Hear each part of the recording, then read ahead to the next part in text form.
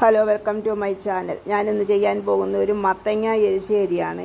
മത്തങ്ങ ഞാൻ ഒരു ഒരു കാൽ ഭാഗം, ഒരു മത്തങ്ങയുടെ കാൽ ഭാഗമാണ് ഞാൻ കറി വെക്കാൻ പോകുന്നത്. എരിശ്ശേരിക്കായിട്ട് ഞാൻ എരിശ്ശേരി കഷണങ്ങൾ അരിഞ്ഞെടുത്തു. അതിൻ്റെ മണ്ടയിലത്തെ ഇച്ചിരി പഴുത്ത മത്തങ്ങ ആയതുകൊണ്ട് കട്ടി ഉള്ളതുകൊണ്ട് ഞാൻ ഓട്ടി ചെത്തിക്കളഞ്ഞു. എന്നിട്ടാണ് അത് അരിഞ്ഞെടുത്തു. എരിശ്ശേരിക്ക് അരിഞ്ഞ ശേഷം അതിന് അരപ്പിന് തേങ്ങ രണ്ട് രീതിയിലാണ് ഞാനത് അരയ്ക്കാനെടുത്ത് വെച്ചേക്കുന്നത്. അത് കാരണം ഒന്ന് വറക്കണം, ഒരു കാൽ ഭാഗം തേങ്ങ വറുത്തെടുക്കണം, ബാക്കി മുക്കാൽ ഭാഗം നമ്മൾ അരച്ചെടുക്കണം. അരയ്ക്കാൻ വേണ്ടിയിട്ട് ഇച്ചിരി ചുവന്ന മുളകിൻ്റെ പൊടി, അല്പം ജീരകം, കുറച്ച് ചുമന്നുള്ളി, അല്പം വെളുത്തുള്ളി വേണമെങ്കിൽ അത് ഓപ്ഷനല്ല, വേണമെങ്കിൽ ചെയ്താൽ മതി. അത് നമുക്ക് ഗ്യാസൊക്കെ ഉള്ളവർക്ക് ഒരല്പം വെളുത്തുള്ളി ഇടുന്നത് നല്ലതാണ്. പിന്നെ ജീരകപ്പൊടി, മഞ്ഞൾപ്പൊടി, ചുമന്ന മുളകിൻ്റെ പൊടി, കരിവേപ്പില. പിന്നെ നമ്മൾ കറി വെക്കുമ്പം മത്തങ്ങയ്ക്കകത്ത് ഒരല്പം പിന്നെ 2 പച്ചമുളക് ഇടുന്നുണ്ട് കേട്ടോ. ഞാൻ അതിൻ്റെ ചട്ടി അടുപ്പേ വെച്ച് വറക്കാനുള്ള തേങ്ങ വറുത്തെടുക്കുന്നുണ്ട്. ഈ വറുത്തെടുക്കുന്ന കൂട്ടത്തിൽ ഇത് ഒരു ചെറിയ ചുവപ്പ് വരുമ്പോൾ 2 വശത്തോട്ട് ഒത്തിരി അങ്ങ് കറക്കരുത്. അപ്പോൾ അതങ്ങോട്ട് 2 വശത്തോട്ടും മാറ്റി വെച്ച് അതിൻ്റെ നടുക്കോട്ട് 2 കഷ്ണം മുളകും പിന്നെ അല്പം കടുവും കൂടെ പൊട്ടിച്ചെടുക്കുന്നുണ്ട്. ഞാൻ തേങ്ങ അരച്ച് വെച്ചേക്കുക. കറി തിളച്ച് വെന്ത് കുറുകി വന്നിട്ടുണ്ട്.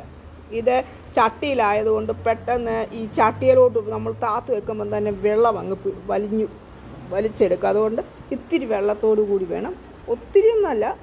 നമുക്കറിയാമല്ലോ, അതൊക്കെ തവിയിട്ട് നമ്മൾ ഒന്ന് ഇളക്കുമ്പോൾ നമുക്കതിൻ്റെ ഇതറിയാം. പിന്നെ ഞാൻ ഇച്ചിരി കരിവേപ്പില രണ്ടാമത് ഇടുന്നുണ്ട്. ഞാൻ 2 പച്ചമുളക് ഇട്ടിട്ടുണ്ട്. തേങ്ങ അരച്ചത് ഞാൻ ഇട്ടു. ഉപ്പിട്ടിട്ടുണ്ട്. ആദ്യം ഞാൻ ഉപ്പും പിന്നെ വെള്ളവും കൂടെ ഒഴിച്ചാണ് ഞാൻ 2 പച്ചമുളകും കൂടി ഇട്ടാണ് അടുപ്പേ വെച്ചത്. പിന്നെ കറി വെന്ത് തിളച്ച് ഉടഞ്ഞു കഴിഞ്ഞപ്പം ആദ്യം ഞാൻ ഇച്ചിരി കരിവേപ്പില ഇട്ടാണ് ഞാൻ അരച്ചെടുത്തേക്കുന്നത്. അതുപോലെ ഞാനത് തേങ്ങ വറുത്തപ്പോഴും ഞാൻ 2-3 ഇല കരിവേപ്പില ഇട്ടിട്ടുണ്ട്. അത് വേണമെങ്കിൽ ഇട്ടാൽ മതി, അങ്ങനെ ഇടണമെങ്കിൽ. ഞാനിപ്പോൾ ആ ചട്ടിക്കകത്തും ഞാൻ ഒരല്പം കരിവേപ്പില ചേർത്തിട്ടുണ്ട്. കരിവേപ്പില എത്ര ചേർത്താലും നല്ലതാ, കറിക്കൊക്കെ സ്വാദുമാണ്. പിന്നെ ഇതിനകത്തോട്ട് ഇത് വെന്ത് താത്ത ശേഷം നമ്മൾ വറുത്ത് വെച്ചിരിക്കുന്ന തേങ്ങയെ, ചുമന്ന മുളക്, അല്പം കടുകും എല്ലാം പൊട്ടിച്ച് വെച്ചിരുന്നു. അതെല്ലാം കൂടെ ഞാൻ ഇട്ട് ഇളക്കി കഴിയുമ്പോൾ അടിപൊളി എരിശ്ശേരി റെഡിയാകും. നല്ല ടേസ്റ്റാണ്. ഇതൊന്ന് വെച്ച് നോക്കണം. മത്തങ്ങ ഇപ്പം കിട്ടുന്ന സമയമാണല്ലോ, മേടിച്ച് വെച്ച് നോക്കുക.